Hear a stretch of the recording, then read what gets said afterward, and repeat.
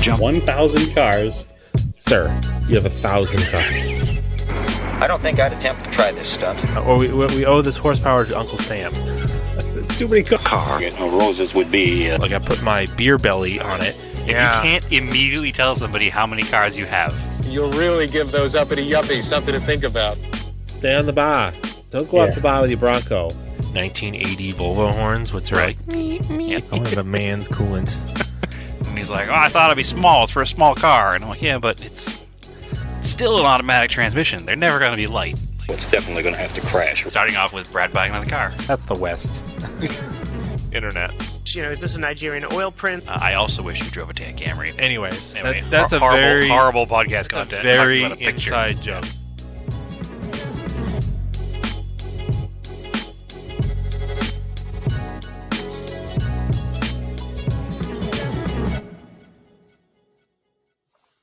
Welcome to Auto Off Topic. How goes it, Brad? It goes wonderful. How goes it with you? It's pretty good. I just enjoying a Bentwater IPA here. Excellent. I am enjoying a nice, tall, refreshing glass of boiling hot coffee. Oh, it's good. Yep. It's been one of those days. Needed a little pick me up to record this episode, even though I'm 3 hours behind you and it's much earlier here. Yeah, I'm getting ready to go to sleep. Right, which that I'm sure that drink will help. Yeah. So I am excited because I hear that not to disappoint everybody and go right off the bat with the weather, but I hear the weather's been improving out there, and that means that you have done some projects while the weather has been devolving here. So I was really trying to avoid I it. haven't done this many. You brought it up, so here we are. I've been planning on, like, all day long. I've been like, I'm going to bring up the weather right away because it's important this week, as I apparently think it's important every week because we always talk about it. It was 85 degrees here today. Oh, that's hot, actually. It was really hot. I walked out at lunch, because went into work. I was wearing my light kind of coat. I walked out at lunch. I was like, "Oh my god!"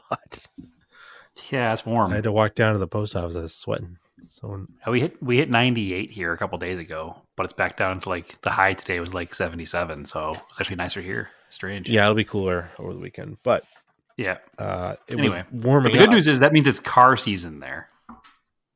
It is now. Actually, it was still kind of cold last weekend when I did stuff. I didn't do much, but I uncovered the Montero and excellent. Drove it around. It's fine. Beautiful. It seems like it's the easiest project car update ever. I talked about the Shinetsu grease, I think. You did. I put it on all the door seals of that truck. And it's interesting. It's still sitting on the surface. It didn't totally soak in. But, when you go to open the door after a car sits, and sometimes the door seals stick, they do not. Excellent. And I didn't feel any air leaks as I was driving it. So maybe it plumped them up a little? I think so. I'll have to pick some up. And it was parked with the cover on it. So I didn't have any water in the truck, which was good. That is always a bonus, especially after a long winter. Oh, there wasn't a lot of snow cover this year, right? Not a lot of snow sitting on the car. Yeah, but a lot of rain. Yeah, but I think what's worse in the winter there, it seems to be when the snow sits on the cover. That's when it kind of works its way through into the car. Covers I have are waterproof. Oh, la-di-da. Yeah. Mr. Fancy Andrew over there. Didn't realize that. So they are. Well, plus, I clean the snow off when it does snow because you don't want it to freeze and thaw, and then it rains on the snow and it gets super heavy. But anyway, I actually had to throw that cover away because that cover ripped and only lasted 2 years. We're talking about this. Yeah, well, covers last 6 months here, so 2 years is good. I'll take it. I threw an air filter in it. In the back or where it belongs? Oh, yeah, threw it in the back. It was weird because I don't even know how I talked about this. I realized I needed one last fall, so I was one in Rock Auto, and they didn't have the Denzos in stock for some reason. I was like, that's annoying. So then I looked at the number and Summit had them. I was like, I'll just order these. I ordered like 2. It was like ships from supplier. And then I totally forgot about it. And then like a month and a half ago, I was like, where are those air filters I ordered? And I looked them up, still on back order with Summit. I was like, that's so weird. That's strange. So I went back on Rock Auto. They had them back in stock. It's like, all right, I'll just order 2, keep one on the shelf. Canceled the Summit order. It's super weird. Yeah, that's strange. Speaking of Rock Auto, before Yeah. I get too deep into it, so I'm working again. I think I mentioned before that I had been laid off before, and I'm working in Several an automotive times. space. Yeah, I'm working in. Thank you. I'm working in an automotive space. I'm still looking for anybody who knows anything because I'm not thrilled where I am. So we'll just say it's at a body shop facility at a car dealership, which is pretty much was my last choice, but it was also what came up. So I was working there yesterday and I overheard a conversation between 2 other employees of said body shop about a blower motor. And they were looking in the crash catalog for the part for the blower motor. And I was like, what year is this car for? And like, it's a 2000 Toyota Echo. And I was like, okay, why don't you just buy it on Rock Auto? And neither of them had ever heard of it. Really? It doesn't make any sense in a automotive space to have never heard of Rock Auto. So they were all upset because the part was like $294 from Toyota. And I was like, no. I was like, I guarantee it'll be significantly cheaper at Rock Auto. Yeah. It was $17. This So- podcast is not brought to you by Rock Auto, by the way. Yeah, it should be if they're listening, which they're not. But if they were, they should sponsor us because I do give them a lot of business. But no, I was like, I don't understand why anybody would be looking up OEM parts for a 2000 Toyota Yaris. Like Toyota probably doesn't even service that part anymore. But there were options upon options on Rock Auto, and one was $17. And they put it through. I was like, wait, I think I have a discount code. So hold on a second. And I got another 5% off of that. So I wonder, I'm the hero now. But I mean, I don't know. If you don't watch like automotive TV, that's the only time I've seen the ads is like automotive TV. But I knew what it was before there was ever an ad on TV for it.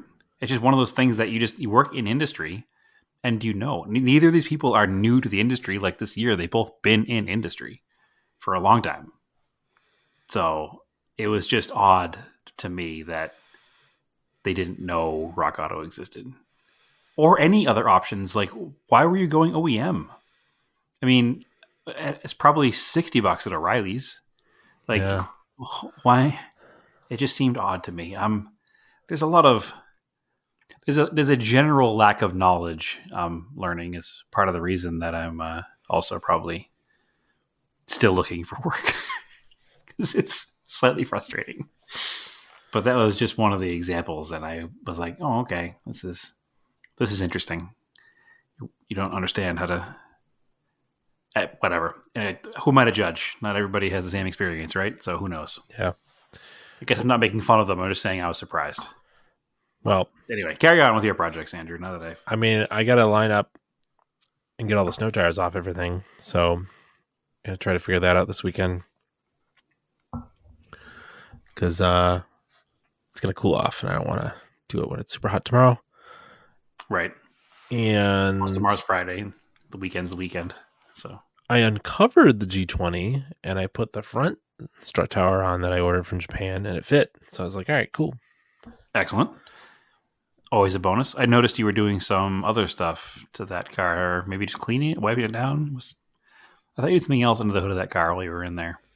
Maybe not. I vacuumed out the remainder of the chipmunk nest that, even though I had like 3 dryer sheets stuffed in there, they do not care. They're like, oh, Were you there gave us less, a though? cozy... Yeah, a little bit less. You gave us a cozy blanket. Thank you. That smells nice. Yeah. Springtime fresh blanket. Thank you very much. Yeah, well, they didn't ruin anything, so that's good. Yeah, there was less of like helicopter things, one of those maple copters. I don't know what you call them. Seed pods? Like Yeah. little seed pods? The things that you drop them and they'll spin. Yeah. Call them Yeah. helicopters. There was less of those. But then I was under the hood of the Galant and inside the garage, and there was one on top of the battery. Just one. I was like, cool. And then Just one errant helicopter? yeah, but then I had a picture of it. I left the cat in the garage with me, and she was going crazy running around the garage. So I'm like, I don't know, maybe there's a rodent in there. So she probably could smell it. Yeah, Knew it was there somewhere. she was all over everything. Yeah. Scared the crap out of me because I'm under the hood. I thought the hood was gonna fall. She's crawled up the hood. Yeah. I'm like, cool, thanks. Well, we have a bad history with white Mitsubishis and gray cats here at the Auto Off Topic podcast. So thankfully, the cat didn't scare you enough while the car was running and your foot was in the clutch to drive it into a wall. So at least you had that going for you. No, but I was like bent over in the engine compartment. She's like crawling underneath me.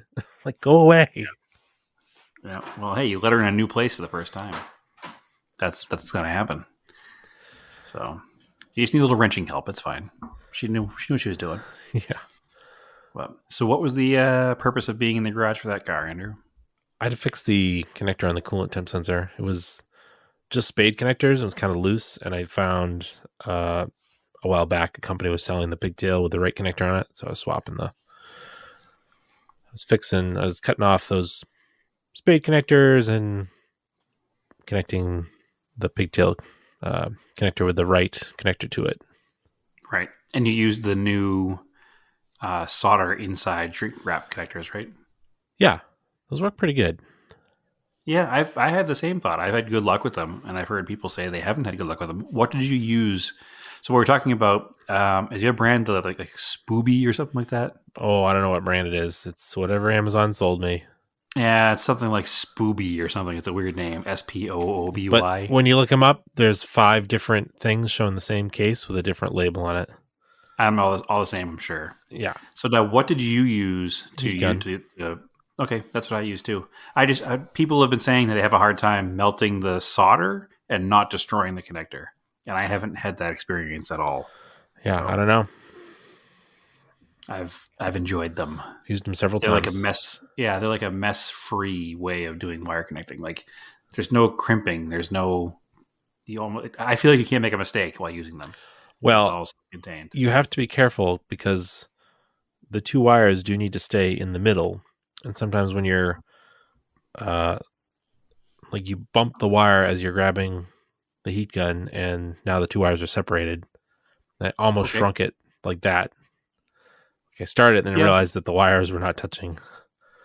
Yeah, I can see that as a problem, but I haven't had that problem either. So, well, watch out for that problem because you might do it. I will.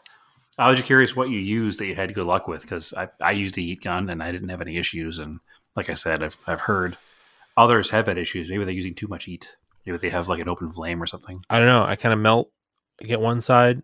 I'm on one side of it in the center. It's kind of melting. And then I quickly move to the other side, and then it's melting, and you can see the solder flow out, and I just stop. Yeah, it's almost like welding a panel. You wouldn't want to go right across. You want to go left to right to meet in the center, so you have a nice cool. Well, it's not cool weld.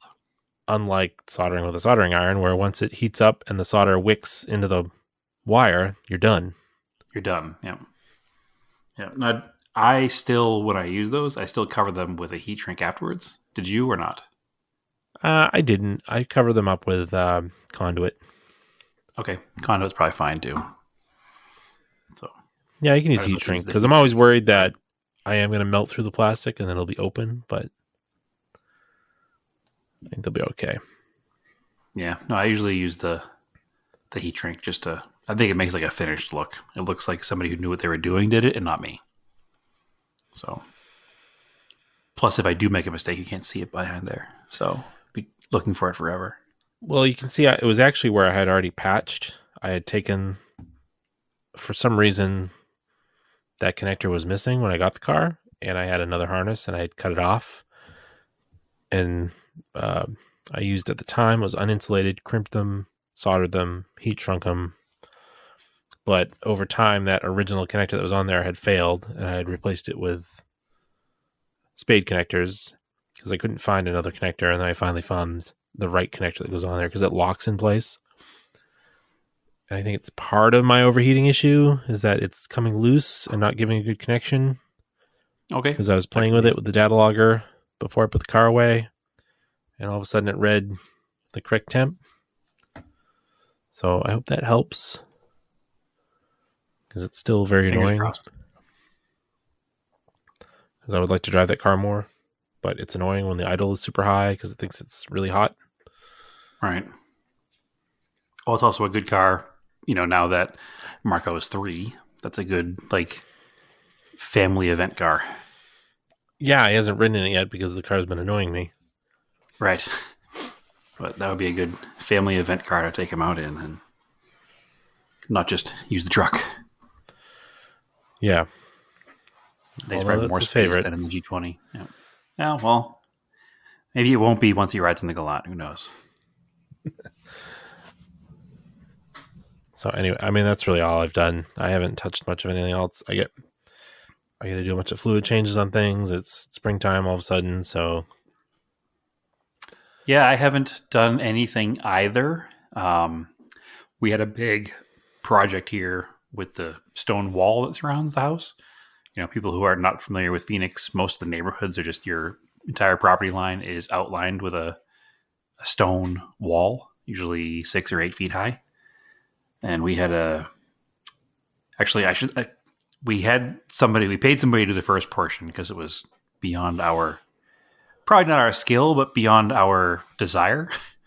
So we had a wall that was the back wall of our house, and it left like an alley in between our yard and the neighbor's yard that you could only access from the front yard. And it was kind of like a wasted space because at the end of the alley on the sidewalk, there was a fire hydrant. So I couldn't cut a gate in and park a car there.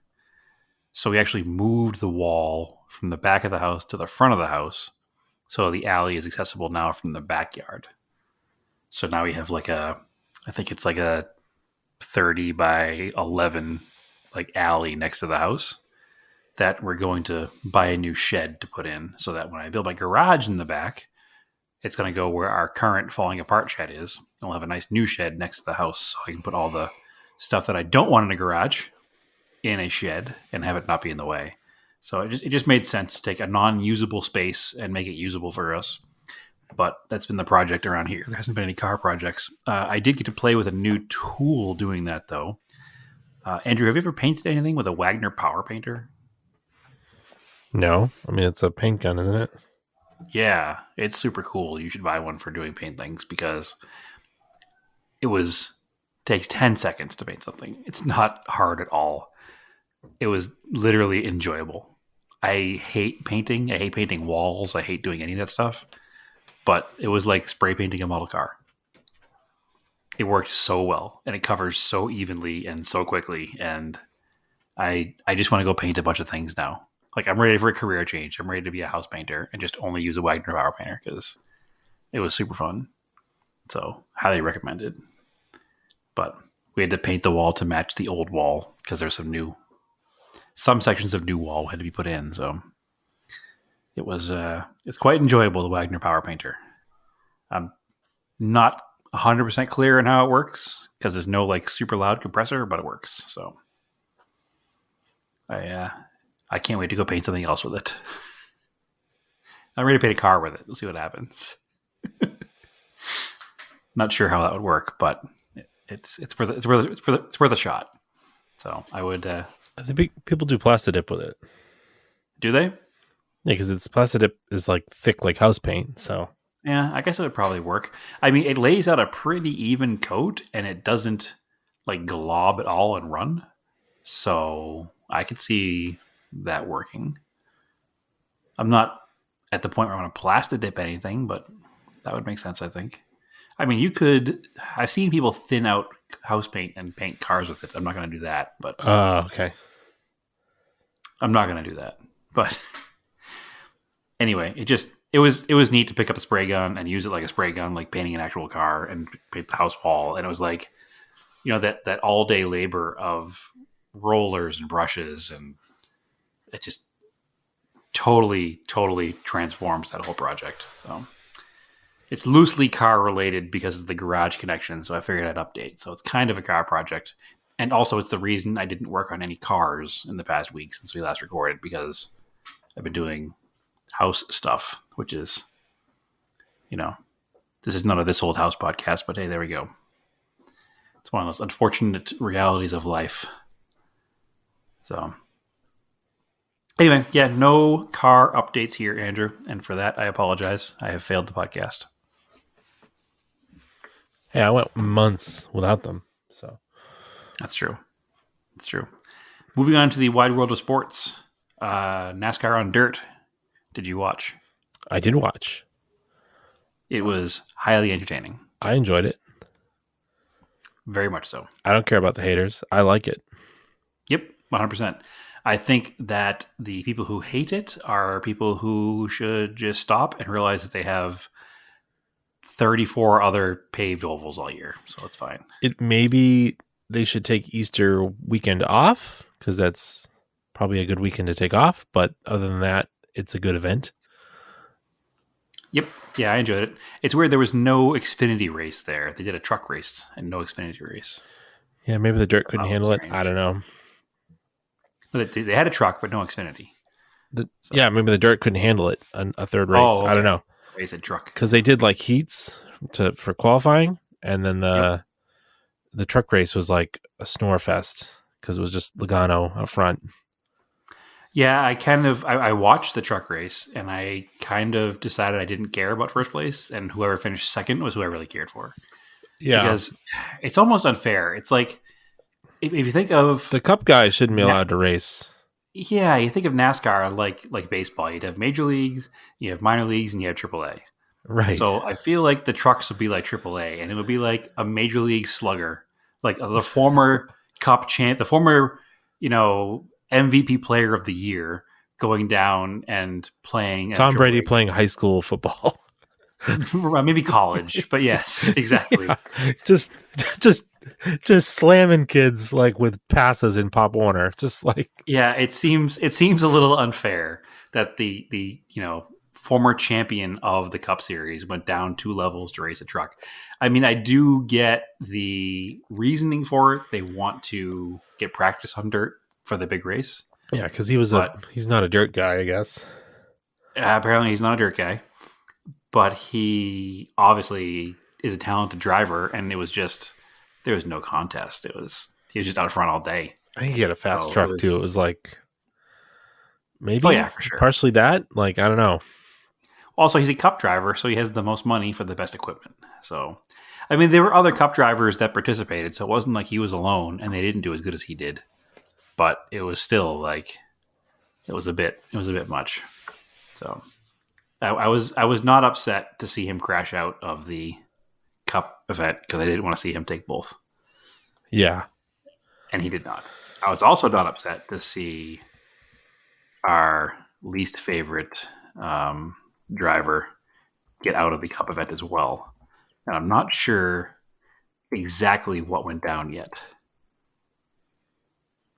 between him and Ryan Preece. Yeah.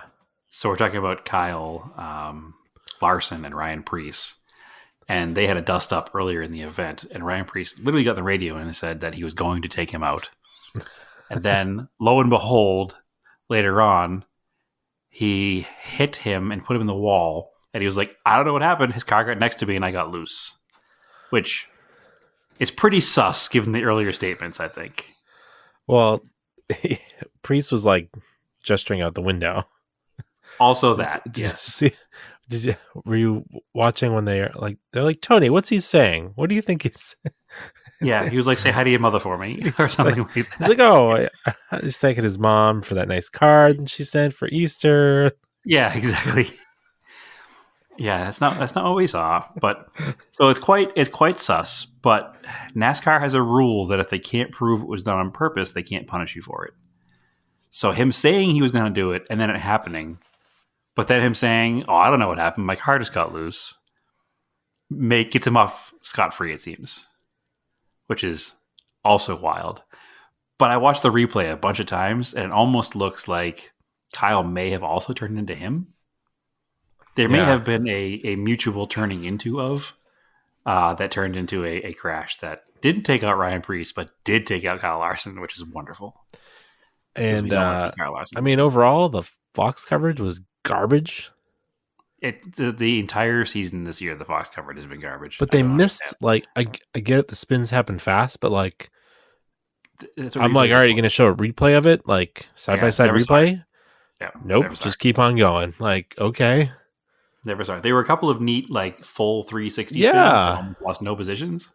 And a couple of them they described as announcers and didn't show. They're like, oh, car's spinning. And I was like, it's like, okay, here we're on 5th and 6th place.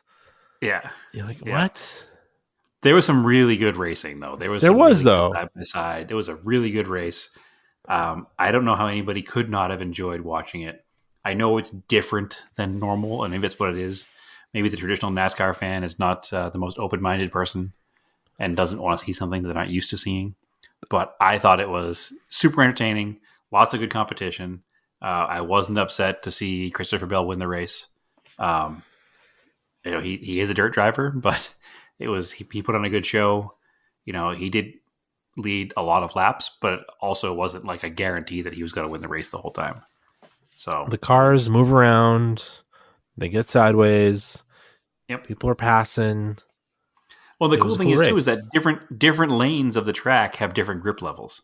So when you get the guy on the bottom of the track, down by the apron, the car is, it's like grip driving around the corner. It's maybe a little bit loose in the back, but not much at all.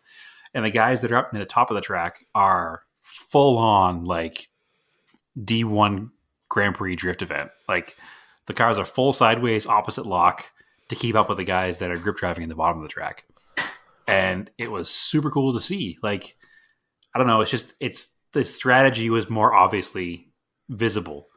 Well, the non-competitive pit stops were weird. I don't understand that. I never heard of the running the cushion.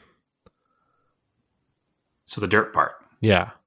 Yeah. So the cushion is where all of the loose dirt gathers at the top by the wall, and you're just like running. Right. So basically, the car kind of stops moving towards the wall. Yeah, they were saying you could ride the cushion like confidently and keep yourself off the wall. But if you went too far and stepped over the cushion, then the car would immediately stop being sideways, straighten out, and hit the wall. Yeah. Because basically what it is, when you're riding on the cushion, you keep your two front wheels on the hard packed dirt and the rear wheels are in the cushion. And that's why they're sliding so much up there. But once you get those front wheels in the cushion, there's no more grip and you're going to slap the wall sideways, which happened quite a bit to a lot of good drivers too. Yeah. So. And then it was interesting to see, more so than last year, the rubber buildup was really wide on the corners. Yeah, people were using more of the track. I mean, that's the other thing too. Like Bristol is notoriously a crash fest. It's a tiny little track. It's a half-mile oval. And with the dirt, there were times where they were 4 wide. You don't get 4 wide at Bristol in pavement. And if you do, somebody's in the wall. So it was really cool to see the variety of things that were happening there. And another neat thing they did this year was last year they had a lot of trouble with dirt clogging the radiators. So they redesigned the way the grills worked to not clog with dirt. And they had a tearaway on the front that was Velcroed. So you could tear it off and put a new Velcro one on if you needed to, which also was kind of cool, I thought. But no, it was a cool race. I enjoyed it. I wish they'd do it twice a year, Put dirt somewhere else. I think they should go to an actual dirt super speedway. Yeah. No, I think they should go to an actual dirt track. Yeah, I think the only reason they haven't done that is because any actual dirt tracks don't have the capacity for a cup crowd. I don't care. That was my thing. We talked about this on a prior episode. They need to pick a local track and just grace it with NASCAR's presence, and then just like all the local patrons that always go, they get their tickets. Yeah, and I don't think, and thinking about it, like what I just said, like they don't have the capacity or the stands. It probably would cost them less to build stands than just to bring dirt to Bristol. Bristol was barely full. Yeah. But I think people were talking that's because it was on Easter Sunday. It was Easter weekend. Yeah. I think it's the first race this year that didn't sell out. Yeah. And I think that's because it was Easter Sunday. And again, we're Tennessee, talking and it's about an Easter, traditional NASCAR fans that aren't open to change are also probably very. Most people, even if you don't go to church every Sunday, you would probably go to church Easter Sunday. So even if you're a church going person, like but a Easter church Sunday person's is not going to skip. Yeah. So, that's the big one. Anyway, it is the big one. It is the big one. So yeah, it was kind of if it just shifted a weekend before, after, or even people were saying even do it a little bit later if you're going to do it in Bristol, because then it's less likely to rain. Right. Because I guess that was the problem on Friday. It was raining a lot. Yeah, it did rain last year too, and 2 years ago actually got rain delayed till Monday. Right. So it's been raining the past 3 years of it. So, but yeah, I seem to remember that Easter weekend used to always be an off weekend for NASCAR. I don't think they used to do racing on Easter. So no. It is strange. It is strange to me. So I do think it's also suspicious that the guy's name Cody something. Cody Ware? Cody Ware. They said he was absent from the weekend due to personal reasons. Did you hear that? And then personal reasons turned out to be he tried to kill somebody. Well, I mean, maybe they didn't know all the facts yet. Wasn't it rained on Monday or something? Yeah, but not during the race. So yeah, that's what you got to say, I guess. But he was arrested for felony assault. Now, like, he had some personal stuff this weekend. I mean, yeah, that's pretty personal. So, but thankfully NASCAR did the right thing now, and they've suspended him indefinitely. He's not allowed back. So that's a good thing. You definitely can't have that kind of person participating in the event still. You know, of course, remains to be seen. I guess it's innocent until proven guilty, right? That's right. Sure. He's guilty. Anyway, moving on. More motorsports news. Sad day today. Yeah. Actually happened either yesterday or today. I think it was actually happened this morning. Craig Breen, team Hyundai driver for WRC, was actually killed this morning in practice for Croatia. So that's unfortunate news from the world of motorsport. He was pretty young. I think he was born in 1990. So what's that make him, 33? He was 33. Yeah. He's, I don't know. It's not common anymore to talk about a rally car driver dying in competition, but unfortunately, or dying in a rally car, I guess, but unfortunately it did happen today. His co-driver was okay. They haven't really said anything that happened yet. I'm sure it's under investigation, but I guess he was practicing for Croatia and hit a tree on his side of the car and did not survive. So I'm sure there'll be a wait over the Croatia rally because that's this weekend or next weekend. So there'll be some memorial event to him, I'm sure, but super sad. He's driven for Ford in the past, Peugeot, Citroen. Like I said, he was driving for Hyundai this past, most recently. So it's always a sad day when a race car driver dies in competition or practice or in a race car or at all. But it's even more sad when it's a young up-and-comer. So sad days. I don't know how to come out of that, Andrew. This is on you. What's next? Well, on that note, yeah, let's lighten the mood a little bit, Andrew. There was buzz about. We'll continue talking about rally a little bit about Rally Chattanooga. Oh, I forgot about that. Yes, these people want to bring a WRC rally to the United States. Yes, there hasn't been one here since the 80s in Washington. 1989, Mount Olympus was the last WRC event in the United States. I only just read that today, so I have that in my brain. I don't know much more beyond that. But I'll believe it when I'm standing stage side watching it. I guarantee you, if it's there, I will be there. I guess what's happening is they're talking about doing 2 exhibition events in that area to see how it fares. I'm not sure what that means. Does that mean they're going to bring in WRC cars and people? Or does that mean they're going to run like a local rally through that area? I saw on social media ARA people doing testing there. Like the topper, the higher level teams doing it. Okay. I don't know anything much about it. I haven't paid much. I was like, I'm not going to put much weight into this or pay much attention to it until it actually is happening, because I've been promised these things so many times. It's not worth my effort of looking into it. I'm actually surprised that we're seeing this before we see like a Formula One street race. What are you talking about? They're doing it in Vegas. Oh yeah, I forgot about that. Yeah. Oh, never mind.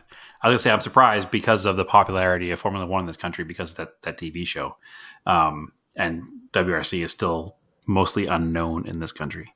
So, but you're right. It is happening in Vegas, and I forgot. So never mind. So it's like at least 2 F1 races here. Well, yeah, I know. I think they're trying to bring more. Dakota so one. Yeah. All right. Never mind. Brad's a big dummy who doesn't follow F1. I don't really either because it's. I don't. All right, fine. I'm just a big dummy, Andrew. But... It's fine. Anyway, no, I'm super into the thought of it happening.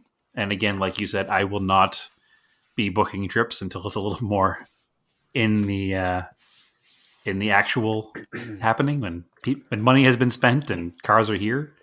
That would be excellent. You know what is happening? So, Prescott Rally. Finally. I'm also on the I'll believe that when it happens. Oh, really? Okay. Well, listen, it's been said that it's going to happen, but nothing's possible until it's possible, right? Like it's still early enough that things could happen. Yeah, I don't think it's going to be an issue. The people who are in charge of running it are pretty solid on trying to get it to happen. I was thinking about booking a flight to come see it. Hey, you should book a flight anyway, and if it doesn't happen, we'll figure it out. I know, I'll just come hang out for the weekend. It doesn't matter. Well, I'll tell you what happened the last time the event was supposed to happen was 3 years ago, or 2 years ago, 2 or 3 years ago. And the day that it didn't happen, obviously it was known, probably 6 months in advance that it wasn't happening. And then the day it was supposed to happen, a bunch of local rally community people got together and did a I won't call it high speed. We'll call it a cruise, spirited drive. A spirited drive through the course. Yeah. That's I don't know if you remember or not. I was on my way to it with our friend Josh in his Galant VR4, and we ran into some mechanical problems, so we didn't make it. As one does. As one does, yes. But so I'm sure that if you're here and the event doesn't happen, we'll be able to be invited along to the I don't know what you call it. What do you call it when something's the constellation event? So we'll see what happens. But nonetheless, I think it's going to happen this year. It's supposedly in September, October. I forget now. I thought it was the first week of October. I think you're right. I think it's October because there's a bunch of stuff happening in October, like 3 weekends in a row. I should probably double check before I book a plane ticket. Yeah, it's definitely the first week in October because the first week of October is that, and then there's the Japanese car event in Williams, and then there's Radwood. So those are 3 weekends in a row in October. So October is going to be wonderful, and I can't wait for it to be here. Is that Radwood announced? Yes. Yep. Really? I didn't see that. Yep. It's announced. It's on the page. The date is there. There's no location given. Huh. So interesting. I have some theories and some thoughts of where it's going to be, based on the fact that Haggerty owns Radwood now, and every time that anytime there's an event here, Haggerty shares a booth space with Radford Racing School. So my assumption is that Radwood will be at Radford Racing School, just based on that. So that's just my educated guess. There's no official word there, but it would make sense because it's a big venue with a racetrack at it for. Yeah, I'm more interested in the Williams show. I would like to try to get to that. Yeah, if you came out here and did a week, you could bookend it with the rally and the Williams show. So I'm pretty sure. I have to the order of events because it's all 3 events in a row. I think it's rally first, Williams, then Radwood, but it could be It could be Riley Radwood Williams. I'm not 100% positive. I'll have to double check. I'll see. But anyway, anybody who wants to come visit good old Brad here in Phoenix, October would be an excellent time to do it because there's tons of cool events to go to. So come on out and hang out. All right. Well, on that note, it is time for another edition of Craig, Don't Tell Me. Yes, it is. We're going to try to do this a little bit more. Definitely not every week, but maybe once every other month or so. Yeah. Because people seem to like it. I seem to like it. It's fun. I get to show off my Rain Man car knowledge, which is, I don't know if it's a show off or... I don't know. I get to use it. I get to use it for good. Yeah. It's not showing off. It's embarrassing, actually. Let's not play the game, Andrew. Okay. I'm out. All right. You want to start? Yeah, I got one. All right. I'll give you one to warm up because So basically, the problem I was having picking these, people are not writing long descriptions anymore. These people are getting lazy. They're ruining our game. Okay. At least they're using Craigslist again. There's a lot of cool stuff on Craigslist. The descriptions are not great for the game, but there's a lot of cool stuff on Craigslist that I am putting aside for, let's plug it, Parked on the Block. Yes, for sure. If you have not followed Parked on the Block yet, please go there because we're putting some heavy effort into that and we want to grow it and grow it and grow it. So, all right. Please join, send us listings, comment. I think that's one of the biggest things we're trying to get is a commenter base going there and kind of give people a reason to come back. So anyway, moving on. All right. I think you might get this one. Perfect. I know eventually you'll get it, but let's see. Super rare long bed, all-wheel drive, 5-speed. This blank has the 1-year Chevy V6, which runs great. It's a Jeep Comanche. Yeah, there you go. Wow. Too easy. Sorry. Yeah. I guess the year? The year is 80. Is it 85 or 87? 86. Ah, damn it. I was ready to All right. I didn't think it was 86. I thought it was 87 because those came with a Renault 4-cylinder. Yeah. A AMC 6-cylinder. Oh my God. Or the GM V6 one time. What's like that? A 4.3? That's the one you have is the 4.3. The one that you're bringing up there. The one you're on the GM so V6 like the 4.3. So the 4.3 V6. Yes. So it's like an S10, but a Jeep. Yes. So 86 makes sense because Chrysler bought AMC in 1987 or late 86. So AMC made a deal with GM to put GM V6s in their Jeeps that 1 year. And then Chrysler bought them and was like, hell no, we're not selling something with a GM V6 in it. And they got rid of it and went back to the inline six. Weird. So yeah. Weird. Yep. If you remember, my Comanche had an inline six. So, and mine was also a long bed 4-wheel drive. Super rare. Big ton, I think they called it. But, yeah, this one's pretty clean from Florida. It's got a rest on it. It's for sale from Vermont. Yeah. If I were to buy a 4x4 pickup, other than Mighty Max, like Comanche is up there. I had one for a little while and I got rid of it to get the ill-fated Galant VR4. So it was, maybe you should have held on to it. Anyway. All right. You ready for one? Yeah. Give me one. All right. Very few cars embody the spirit of uniqueness as does the blank. It's in the looks, the name, the versatility, the capability, and the overall feeling behind the wheel of this beefcake. The shining paint is set off by a massive lift, oversized bull bar, and shining centerline wheels. On the inside, its unique upholstery gives a distinctive and classic feel. This particular unit is impressive in stature, runs and drives down the road quite nicely for a vehicle with its modifications, and is ready to take you north, south, east, west, and everywhere in between.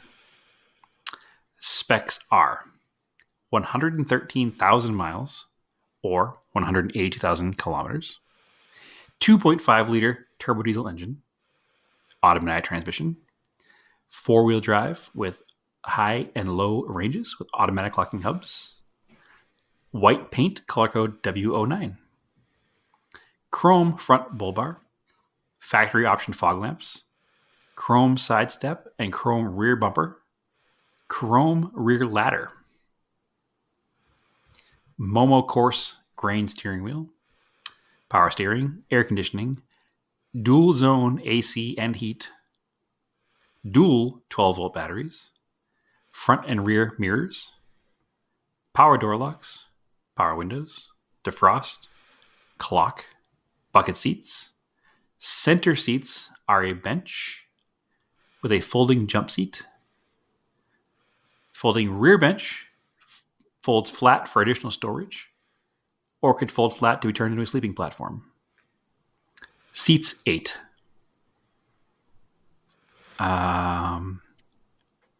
Rain guards, wind deflectors, tinted rear windows, oversized fender flares, sliding door extender, must close door with 2 hands, original bottle jack and toolkit. Everything else is upgrades, it looks like. It's a Hi-Ace van, 4-wheel drive? It is not. Okay. It's a Delica? It is a Delica, yes. That's what I should have went with. That was my gut. Yeah, I left out stuff. I said 2.5 liter turbo diesel. I left out the 4D56 because that would have made it very easy. And when I said it's white paint, color code W09, it says Summit white paint, and that also would have given it away. This is a very cool van. In the current van market, it seems like a good price too for a van of its design. It's got like a 4 or 5 inch lift and big old fender flares, and it's $17,000. It's super cool. I'm pretty into it. So I'm going to send it to you so you can look at it, and the listeners can just picture a big white lifted Delica van. All right. So you started with an easy one. I started with an easy one. Now let's get each other here. Okay. 345 auto, 3/4 ton, 8-lug Dana, runs and drives good, 95% rust free. Nice Dodge patina, Ram original W200. condition. What? Dodge Ram W200. Nope. 345 at the engine size? Yep. And that's the only information we got. It's a 345 auto, 3/4 ton, 8-lug Dana. Yeah, the Dana makes me think that it's Chrysler. I don't know. 345, I think it's also Chrysler. Or it could be a weird truck. Like, maybe it's not a Chrysler. That could be a weird, like... Okay, so it's a early 70s international pickup truck. Yes. It's a 73 1210, I think is the model. Okay. I didn't want to say the model 1210. names of those. Huh? I don't know the model names of the internationals. I thought they just called them pickup truck, but they probably had like numerical designations. Yeah, this one's a 1210. It's cool. Yeah, it's green. I think 345 is the actual international V8. Yeah, it's got some cool patina. It's dark green with the white stripe in the middle. So green, white, cool. Green. Doesn't look too rusty. Yeah, I'm into that. They have a really classic look. They just are like, they lack design, and by lacking design, they look cool. Yeah, it's like if you asked a kid to draw a truck. Yeah, this is what they draw. It's very simple. The like late '60s Dodges have the same kind of like no design, but because of that, it's cool. So, all right.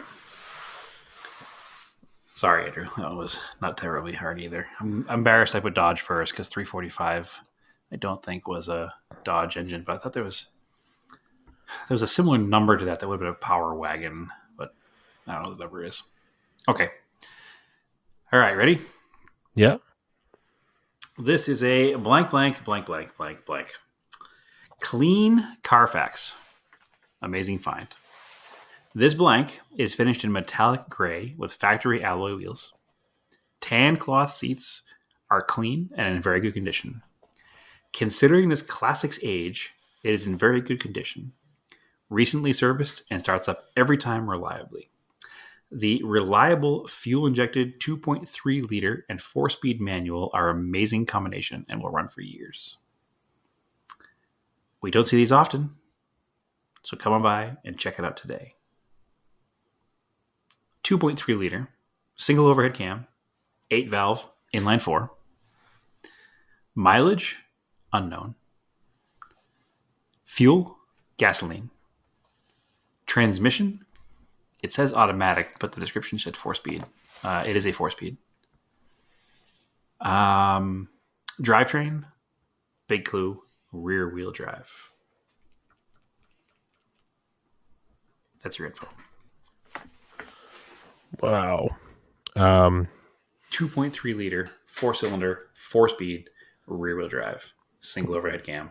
It's a big 4-cylinder. Yep. 2.3 liter. 4-speed.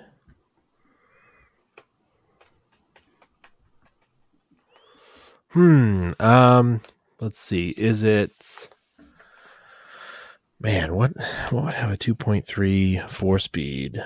Would it be, and it, did you say it was fuel injected? I did, yes. Wow. It's fuel injected, but has a 4-speed. 4-speed. Is it a Toyota Starlet? It is not a Toyota Starlet. Okay. If I'm not mistaken, every American Starlet was carbureted with, I think, a 4AC engine or a 3AC or something like that. Okay. They were all carbureted, though. So it's a rear-wheel drive, small hatchback, I'm thinking. But it's... I'll give you the first clue. It is not a hatchback. Oh. Really? But fuel-injected 4-speed. Dark gray over tan cloth.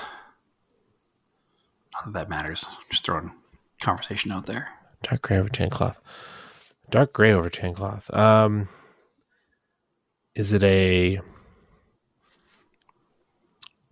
Could you get a 4-ride Fox body with a 2.3 and a 4-speed and fuel injection? I don't. It's not that. I know you could get a 2.3. I know you could get a carbureted. I'm not clear on a 4-speed. That would probably be a pretty good guess. I don't think it's a fuel injected version of that with a 4-speed. No, so it's not. It's not a Lima engine. Okay, it is not a hatchback, and it is not a 2.3 Ford engine. Oh, weird.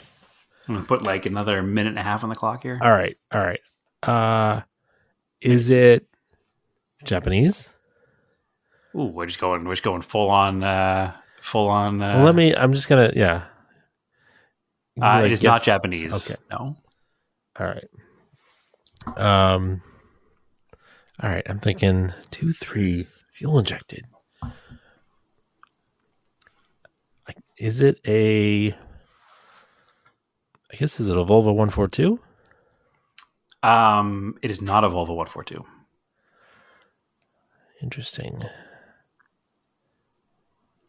I don't think it would be a Volvo 240 either.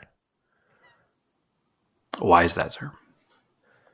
Because I thought they all had 5 speeds, but there were 4s with electric overdrive. See, I think I'll give it to you because you just backed into it. Okay. I was gonna be like, you're gonna be so mad. My last clue was gonna be like, you're gonna be super mad because you used to own this car. Yes, it is a 1985 Volvo 240 GL sedan manual. Yeah. See, it's like my mind went there because I'm like, if it's a 2.3 but it's fuel injected, I'm like, that has to be European because nobody else was really doing that other than Ford, which you got to, which is good, but it was wrong. All right. So yes, it is a 1985 Volvo 240 GL sedan manual, 4-speed with electronic overdrive, which is a switch on the shifter. It is available here in Phoenix. And if I were in a happy job situation, I'd probably be calling this dealership tomorrow because it's $2,900. Whoa. And it's, other than having bad paint, it's a super clean interior and super clean underhood. And it's obviously a Phoenix car, so it's super clean in general. But I'll also send you this one because it's super nice and I love it. If it was a 2-door, I'd be telling you to send me $3,000 and I'll go buy it tomorrow. But it's not. So, yep, I dig it. It's the factory alloys. It's 85, so it has the quad rectangle headlights. All right. Is a good car. All right. Well, I'm glad you got it because you used to own one. Yours is an automatic, but it was also a 2.3 liter fuel injected rear wheel drive sedan. And I was like, man, that should be a dead giveaway. But sometimes our brain just doesn't go there, I guess. That's one that I bet there were some people who I know that listen were going, God damn it, Andrew, it's a Volvo. Yeah, I don't know. It's when you hear stuff out of context, it is hard. It does. So I it makes picture it sometimes difficult. Yeah.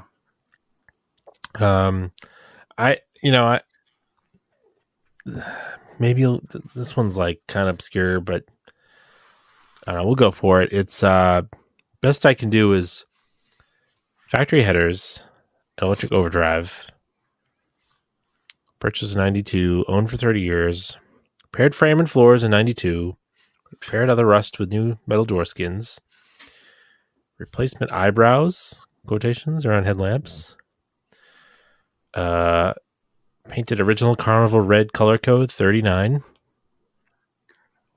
Let's see. Switched wire wheels to mini lights. Oh, okay. Replaced seats and interior by Her Majesty's Service, formerly in Swansea. Rebuilt radiator by Brit Bits and Rye. Okay. Fun cars always start, run strong. Eyebrows. Needs cosmetic refresh. What car has eyebrows? Garage kept, always driven, never driven in winter or the rain. Factory headers? Mm-hmm. That's a weird... It's obviously British, based on who worked on it. Mm-hmm. It's obviously red, based on you saying it is. Did you say what transmission it was or not? Doesn't matter. It's probably 4-speed. Yeah, it's electric overdrive. It's 4-speed. Eyebrows, though. Eyebrows. My brain thought of something when you first said it, but I can't quite get there to what it is. I've heard that term on something car-related before. Repaired frame and floors. So it's still British. Yeah. It had wires. Mm-hmm. So that takes out a lot of cars. Does a bee have eyebrows? I mean, it has a little pocket around the lights. I don't know if they call them eyebrows. But that would be a factory car with factory wires. Wouldn't have factory headers, though. Unless that's a misinformation. There's no engine picture, so I don't even know what engine is in this. I assume it's a 4-cylinder.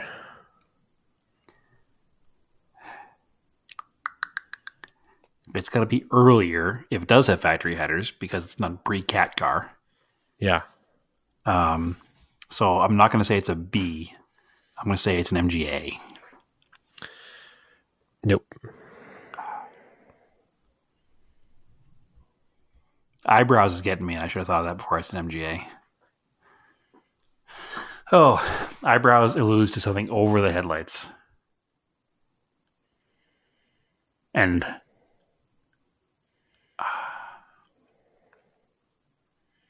this is a 4-cylinder car? It is.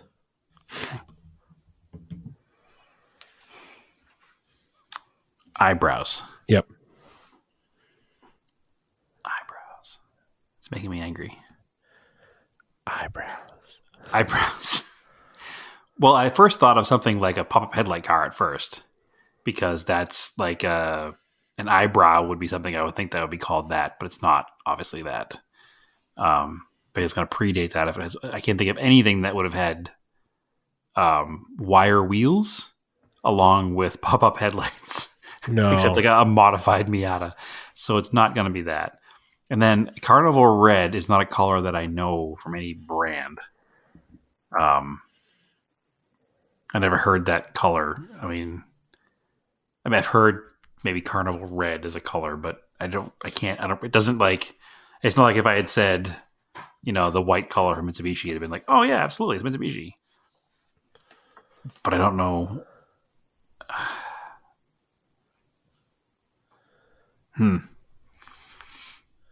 British with wires. What are other British sports cars? I'm working on it. Eyebrows. You're kidding me. Well, I can't think of a car that would have had wires and hideaway headlights. It would have been Lotus Elan, but it's not a Lotus Elan. No, it's not. But that's a car with wire wheels and hideaway headlights. Okay. My brain just got there. That's unimportant right now. Could still be a Lotus. No, it's got wires. No, not a Lotus. Would have had wires. I guess it could be a Triumph as well, but not a Triumph. I don't think anything Triumph would have eyebrows. Man, I'm gonna be so mad when I find this out too, because that word eyebrows, it's bothered me because I know what it is and I can't put it there. It could be a TVR, but it's a 4-cylinder, so it's not a TVR. British sports cars. I don't want to give up. Is it convertible? Yes. It is a convertible.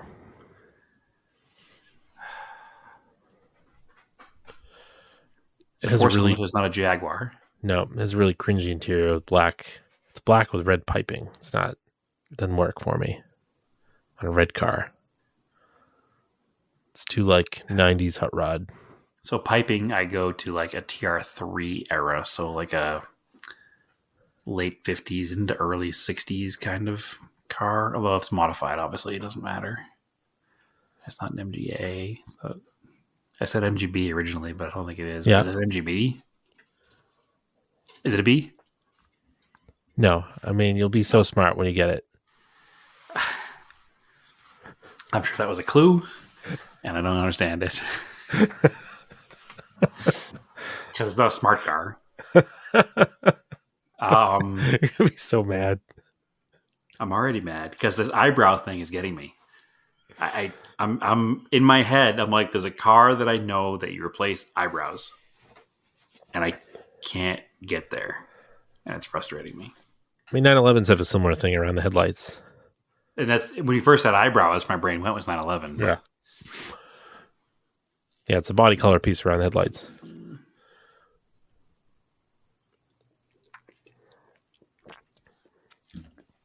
Oh man, this is gonna be a failure for me, I think. I mean, I had to pick a hard one. It didn't have a lot of information. No, that's part of the problem too. I don't know what size engine it is, although it's probably a British Motor Corporation engine. It probably doesn't matter. It's probably the same engine that came in a Triumph and an MG. Yeah, it's all the same. I don't know, whatever that corporate 4-cylinder was. And for some reason, tractors and tanks. I can't even think of another British sports car brand other than TVR, but I can't think of a TVR that would have had wires and a 4-cylinder. Most of them are 6-cylinders. So, or V8s.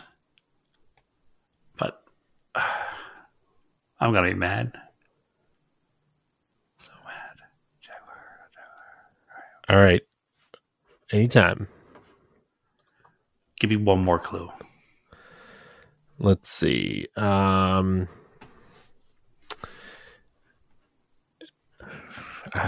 Okay. It's how can I give you a clue for this without giving it all the way away?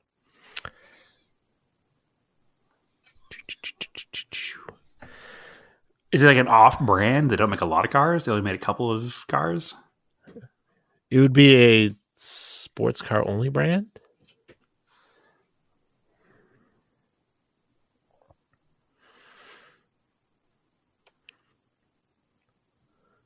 It's not Lotus, though. It's not Lotus. I mean, there's other British sports cars. There's so many. Like, little companies like TVR, etc. Yeah. I mean, it's a real narrow thing to walk in the daylight to figure it out. I hate you so much. Oh, it's a Plank GT. No.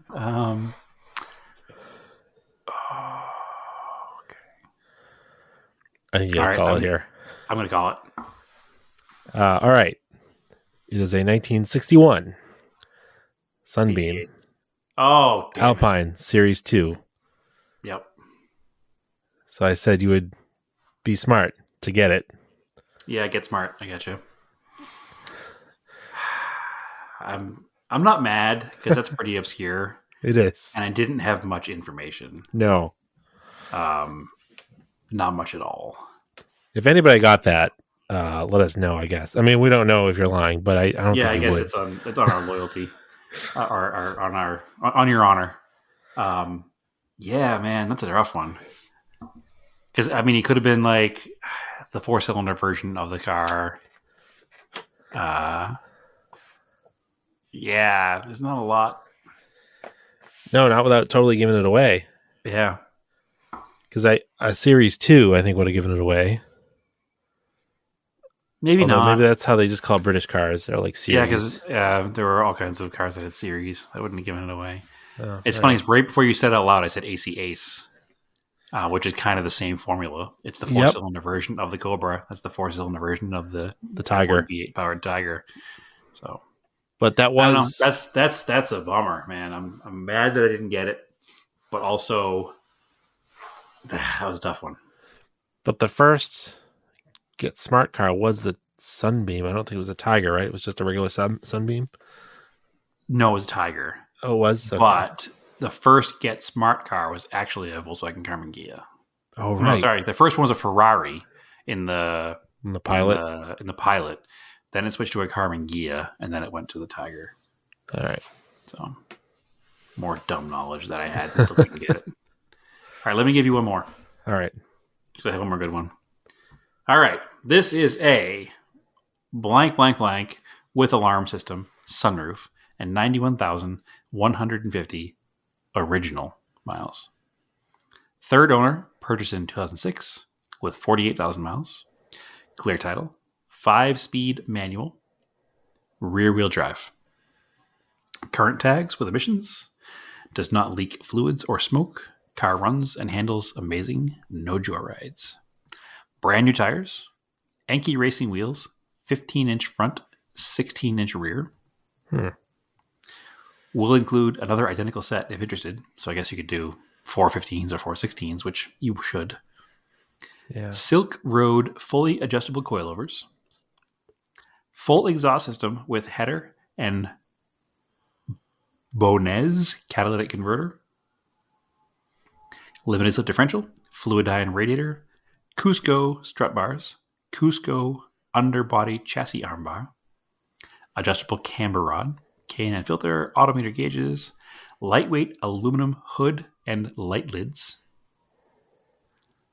rolled fenders, Euro spec lights and turn signals, runs like new, does not leak fluids or smoke, every 3,000 miles or 6 months, oil change with Castrol 2050, Redline MTL or MT90 in the differential and transmission, changed every 2 years. NGK plugs, Prestone coolant, paint is factory, no AC. AC was never used, so removed. Water temps always remain low. Nothing else is about the car. Oh, those are fake bullet hole stickers in the rear. They peel off. PEAL off. Okay. Big things. Aluminum hood and light lids. Yeah. Rolled fenders. Euro spec lights and turn signals.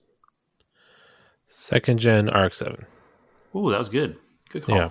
I'm impressed. First try. Yeah. Okay. It's weird. I don't know how, like, sometimes, like, I'm just like sitting here, you're like painting the picture of this car in my head, Sure. and that's what comes. That's what comes to me. That's what I should have done with the Delica one. That's what came to me first, but I was like, no, that's too obvious that we would go with the Mitsubishi. It was a trick. I said an easy one first, so it was an easy one. Yeah. No, this is interesting. It's weird that it has staggered size wheels. Doesn't really. I would think width, not diameter. Yeah, it's it looks kind of weird. It's a white FC coupe in pretty clean condition, but the paint is peeling in a few places, and it has big bullet holes where the paint is peeling, I guess for effect. But it's kind of neat car, but it's a naturally aspirated car, and they want $14,900. Whoa! Yeah, it seems strong. Yeah. So, but yeah, the couple things I skipped over. So I was talking about the camber rod. It's a Mazda Trix, and the limited differential is an S4 limited. I think the Silk Road coilovers is what got me. See, I wouldn't have known that. I would have thought Japanese. Yeah, I thought it was neat that it had Euro spec lights and turn signals. So I was like, oh, that might throw them for a loop because it's Euro spec. But anyway, yeah, it's strange. It's a 1990, and so it's not an S4, but it's got some S4 parts, and he wants S4 money.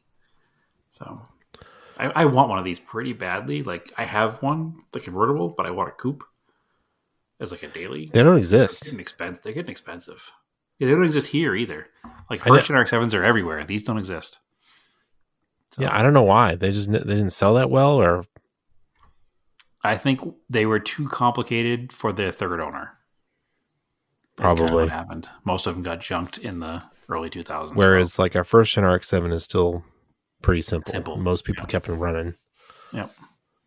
Or they didn't get driven. They were like put away sports cars for the summer only. Yeah, they were still, I guess, thought of as not refined enough for a daily, whereas the second gen was just used as a car. So I would like to replace the Eclipse with one of these, kind of a not everyday daily, but my regular used car, and they just don't exist. So anyway, Andrew, I think that's gonna do us tonight. I think it's an episode. Sure is. I will hang my head in defeat and go dump out this coffee and drink myself to sleep for getting it wrong. Yeah. So all right, go follow us on Instagram, Out of Topic. You can follow me on Instagram, Erase and Anger. Go follow our Scale Autocast and Parked on the Block on Instagram. And I'm also on Twitter at Race and Anger. We have Auto Off Topic on Twitter and Parked on the Block without the K. Also, just go cruise parkedontheblock.com when you have some time and sign up for emails because there's always posts going up. So make comments, submit us cars to write about. There's a few of us writing articles, and we appreciate the input and the feedback. Negative or positive, doesn't matter. Give us the feedback, and we'll either listen to it or ignore it completely. But the only way to find out is to send it to us. So come join our Discord. Yep. There's no sensitive documents being shared there. No, none of us are going to jail for anything there. Real quick. You find a lot of the Parked in the Block cars there, though.